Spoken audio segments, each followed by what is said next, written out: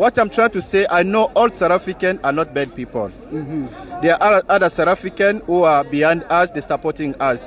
I don't hate South African. I love, in case where I live, I share the house with a South African. It simply says that foreigners are not allowed. They need to be clamped down. And how do you clamp down? You then attack, and then xenophobia start. So, but you heard the brother said what? He said that the president declared to clear all the foreign nations, which that brings what? War, isn't it? But now that we've removed some of these illegal immigrants and some of the countries have actually been generous enough to come and repatriate their people, take them back to the country, whether by buses or airplane or whatever the means of transport is, we've now had issues where the Nigerian country now is calling for compensation for losses of property, business. You can fight about job, you can fight about other things, but don't fight about the children. I'm telling you, education is the key for the life for somebody. As a parent, what I'm trying to say, I know all South Africans are not bad people. There are other South Africans who are behind us, they're supporting us. I don't hate South African. I love, in case where I live, I share the house with a South African. You understand? I don't have a problem with South African. I know this is your country, and we respect the law. You understand? Because when you come to live in another country, you must follow the law. You understand? But you too, as the South African people, don't abuse the law. Because when you abuse it, it's like us people who are foreigners, we feel like we've been discriminated. You understand? But South Africans are saying you guys also are very arrogant. You can't listen, you are always wild and stuff. You see, how true is that? I'll tell you about the thing that being arrogant is about education, where you come from. To being arrogant is not about being foreigners or South Africans. Everybody's the way you grow up from your family. You understand? It depends. Don't blame everybody for one person. You understand? We are different nations. We come from, this is South Africa is a rainbow nation. Nelson Mandela is the father of Africa. You understand? We have to have the spirit of Ubuntu. Ubuntu means spirit of togetherness. Look at Africa. We are very behind. When we're fighting to one another, look at Europe, how they prosper. Look at America. But look at us African. If as a black person, if I go to USA, you see a racism. People, they hate us as a black people. If you go to Europe, people, they don't respect us. And we live also in Africa, which is our land. President Cyril Ramaphosa, he's strictly said in a public domain that we are coming after you as foreign national. We are going to clamp down to all foreigners. What does that statement say to a lay person on the ground? It simply says that foreigners are not allowed. They need to be clamped down. And how do you clamp down? You then attack, and then xenophobia start. So, but you heard the brother said what? He said that the president declared to clear all the foreign nations, which that brings what? War, isn't it? Isn't it? It brings war. I mean, like, if now like the president is gonna tell me that now we need to clear all the foreigners out, the only thing that's gonna come in my mind is that I need to self-defense myself. Which means when your brother's gonna pull up in my house and try to attack me, definitely I'm gonna kill him. Our political leadership are the very great cause of xenophobia, because in many cases they will go out and say, in our clinics we can't deliver services in clinics because we are overburdened by migrants. We can't deliver RDP houses because we are overburdened by migrants. We can't deliver basic education which is quality because our schools are full of migrants. But when you go to those schools, you only find 10, 13, 15 people, and the rest are South Africans. And when such kind of report comes out to the lay person who is unemployed, sitting at home, not getting a job, that person will definitely say, no, I have to attack, I need to chase, I need to hate this person who's making my life very difficult, because a certain prominent leader has said some sentiment which are totally unacceptable. Because I mean, really, if we are in Africa, you cannot be telling that you cannot deliver basic quality education because there is someone from Zimbabwe who's studying in that primary school. Most of our leaders and most of our community members, they talk about people being documented, people to access permits, people to access asylum seeker status or refugee status. But the very same people who are saying that, they don't have an idea how difficult it is to access just a particular asylum seeker status in South Africa. Currently, in the whole of 54 million population of South Africa, we only have 3 refugee reception offices that deals with asylum seeker and refugees.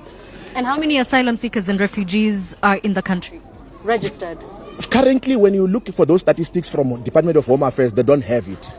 which is another critical component, because currently our asylum seeker system at the Department of Home Affairs, because of corruption, it's in tatters, it's in shambles, it's not even effective.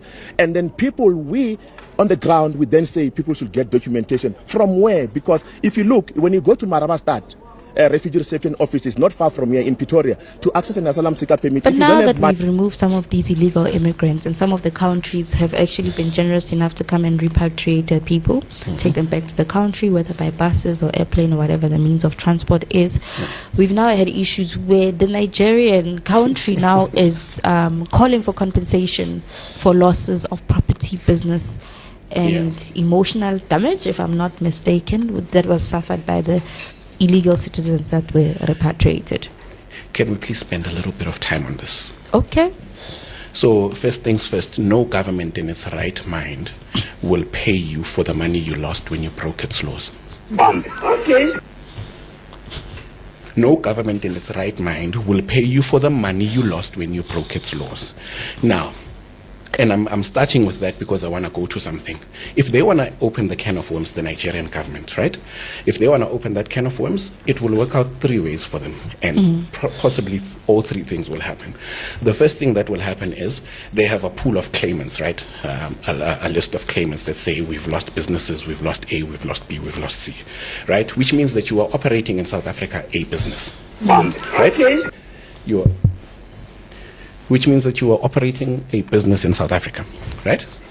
So if you're operating a business in South Africa and there's a whole pool of people that say we've lost, if the South African government even decides to entertain them, to entertain the conversation, the first thing the South African government will do is the due diligence. You're operating in South Africa. Are you operating your business legally in South Africa? Is your business visa valid?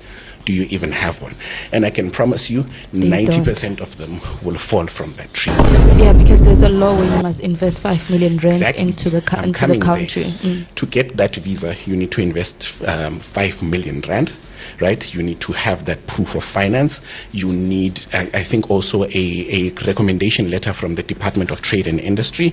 You need to show the country how you're going to benefit the country. You need, before even coming in, right? And I'm struggling to reconcile that a guy that owns 2 salons in Braamfontein will have invested 5 million in South Africa and hired 60% of his staffing component as South African. So of that whole pool, I'm quite sure that a whole 90% is ineligible to even take part in the conversation. Number one, right? So it will be watered down from 100% to 10%. Now the second thing is you are going to now start seeing Nigerians in this country that are operating in business having also to depart. Why?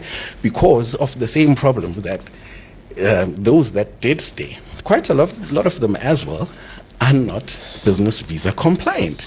So if that due diligence is going to be done, I don't think it will only be done for the people that left. It will also be done for the people that are here. So is it a good idea for Nigerian government to open that kind of worms? I don't think so. But can we not claim compensation from them because their people came in and... That's the third thing. Okay. That's the third thing. Now, if we are going to be invoiced as a country, right? Because people lost some businesses, people lost some shops, blah, blah, blah, blah, blah, right? Which were not supposed to be there in the first place. Yes. We'll take that invoice, right? And then we'll give an invoice in return. And then you need to then pay us for all the prisoners that have been hunted down, caught, processed, jailed, and fed while in jail for all the drugs, Sizokuthola vibes, all the drugs, all the decaying buildings, all of that, all the criminality that happens. Will you be able to accept an invoice for that inconvenience you've brought into our country? The people that come here on a visitor's visa that's supposed to last, I think, 90 days. He came here 8 years ago. He's still here. Right? That person is using water, he's using roads, he's using the sewer, he is using clinics, they've had kids. Are they willing to accept an invoice for that? Because we're invoicing each other for inconveniences. Are they ready to have that conversation? That would be the question. So I don't think, to their own benefit, Shemi, they shouldn't open that can of worms. Yeah, they shouldn't. I don't think that. Well, your friend is young president. The number one young president in the whole world. The whole world. No any comparison. People Everywhere. who want them. Dissolve!